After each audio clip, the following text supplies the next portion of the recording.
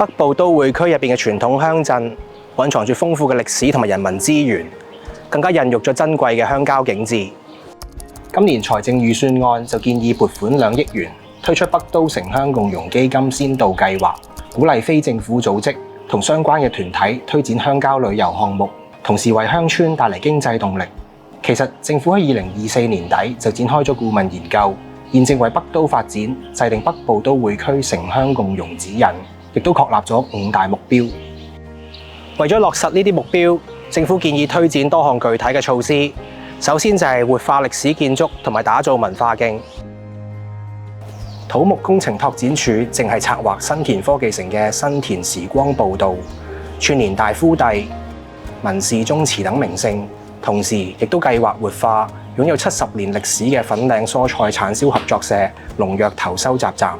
其他即將完成同將會進行嘅工作，仲包括活化古洞北新發展區入面嘅洋園，修復同改善河套區發展西面連接路旁嘅敦裕道頭。我哋希望帶到示範作用，鼓勵團體申請擬議先導計劃嘅資助，修復同活化一啲私人擁有嘅特色鄉村建築，推廣鄉郊旅遊，同埋促進城鄉共融。咁設立時光步道咧，最大嘅幫助咧係在於係串聯同埋活化。新田咧係擁有豐富嘅歷史建築同埋係宗族文化。咁過去呢啲景點咧都係比較零散嘅。咁但係設立時光嘅步道咧，就可以能夠咧將一啲碎片化嘅係歷史遺跡係串聯成一個係完整嘅故事線。遊客咧可以深度體驗係新田文士宗族嘅發展同埋鄉村嘅變遷，對傳承同埋推廣係新田文化起到重要嘅作用。第二，我哋會喺新發展區同鄉村之間嘅緩衝地帶預留公共空間，用嚟興建融合城鄉概念嘅休憩用地，等鄉村有更多嘅地方舉辦打醮、舞龍舞獅、盆菜宴等傳統節慶，令珍貴嘅非物質文化遺產有更好嘅環境同場地。咁如果可以有個空間留翻俾我條村，梗係最好啦。譬如我哋新田啦，喺條村度，我哋喺啲禮堂入邊擺百幾圍個盆菜啦，係嘛？百幾圍禮堂入邊擺唔到，出邊都要擺晒。嚟嘅嘉賓都要揸車嚟，佢連擺都冇點樣擺。咁你點去舉辦一個咁大嘅城市咧？係舉辦唔到嘅。就算唔好話你舞龍舞獅，更加都做唔到啦。如果你冇地方嘅話，你去酒樓都唔係嗰回事嚟㗎啦。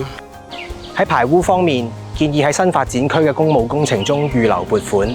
分批將附近鄉村嘅污水系統接駁到公共污水渠網絡。現階段會集中優先處理已經有或者將會有公共污水收集系統鋪設喺附近嘅現有鄉村，初步估計涉及大約40-50條村左右。第四，參考內地活化古鎮同鄉村經驗，政府計劃喺燕崗同河上鄉2條鄉村試行放寬鄉村式發展地帶嘅規劃限制，將全棟或者部分新界豁免管制屋宇樓層作為食肆、零售商店或者旅館，定為經常准許用途，以鼓勵鄉村經濟。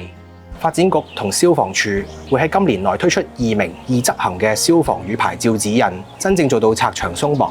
國內同埋台灣啊嗰啲熱點啊，啲紅村啊、打卡啲紅村啊，都係人哋集中做到。塱原濕地度個生態公園都開咗成年幾㗎啦，呢啲遊客帶動咧，互動下條村，多啲人流聚集，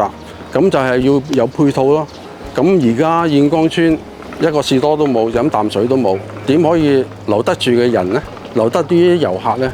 所以呢度個計劃又要即係優先做先，露天茶座啊，聚集啲人流喺度傾下偈啊，睇下塱原濕地個環境啊，同埋日落啊，其實係好靚㗎。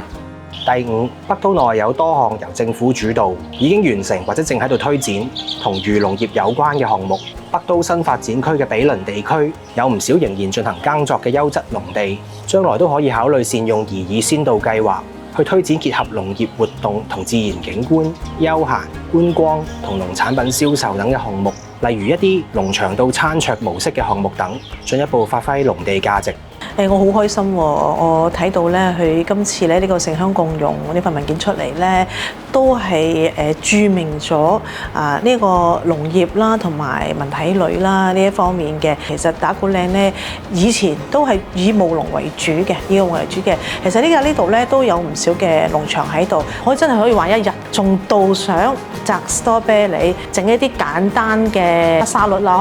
可能喺度食嘅。我等咗好耐㗎啦，所以我哋係全力支持嘅。最後，政府建議成立北都城鄉共融基金先導計劃，資助非政府組織、非牟利團體或者符合資格嘅鄉事委員會提出申請。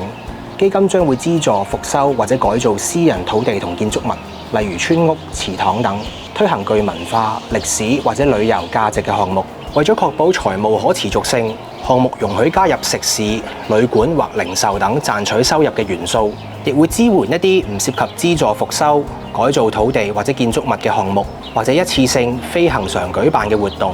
例如鄉村品牌設計、鄉村環境美化及推廣、鄉村節、週末市集活動同埋導賞體驗等。我哋計劃喺今年第4季正式向立法會財務委員會申請撥款推行先導計劃，並喺今年內正式推出先導計劃，同埋公布北部都會區城鄉共融指引。